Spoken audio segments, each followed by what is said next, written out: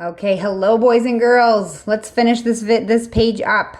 We are on page 898 and we are working on number 21. It says one recipe calls for 1/3 cup flour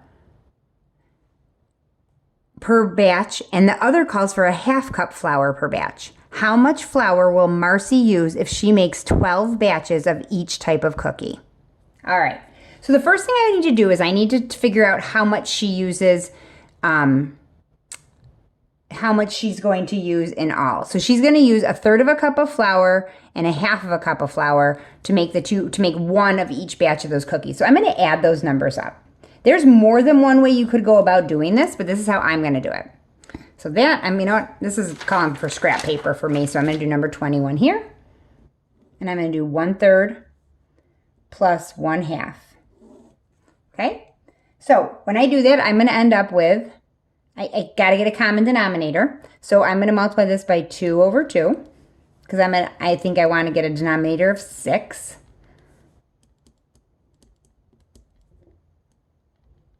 And I'm going to add those up and I will end up with 5, 6.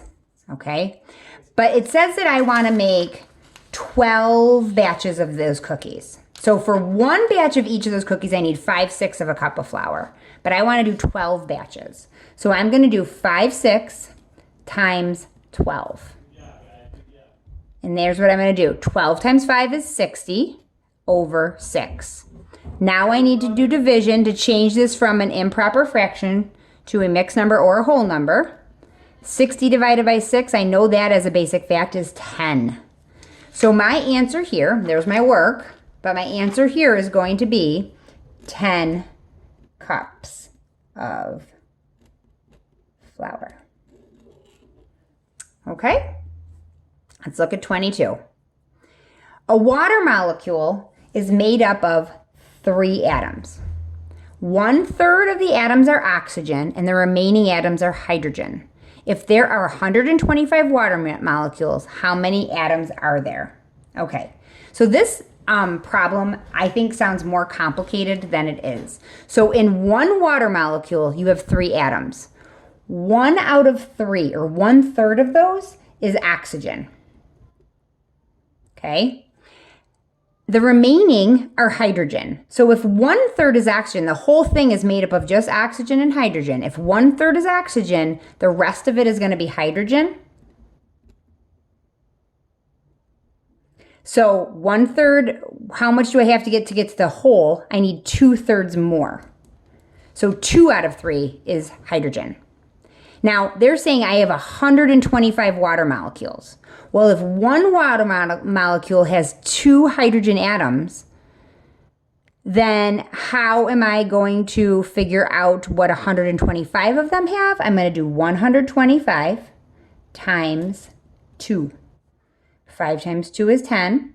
2 times 2 is 4 plus 1 is 5. And 2 times 1 is 2. So my answer here would be 250, and then I can't forget that label, hydrogen atoms. Okay, let's look at number 23. Which is the product? Product tells me the answer to a multiplication problem of 21 and 3/7. So 21, it's telling me to multiply, times 3/7. Here's what I'm going to do. I'm going to go 21 times 3, and I end up with 63. So this is like saying 63 over 7, which I can't leave it like that, and that's not even one of my choices, right? So I'm going to do 63 divided by 7. That's a fact that we all know. 63 divided by 7 is 9. So the answer here is C. Okay?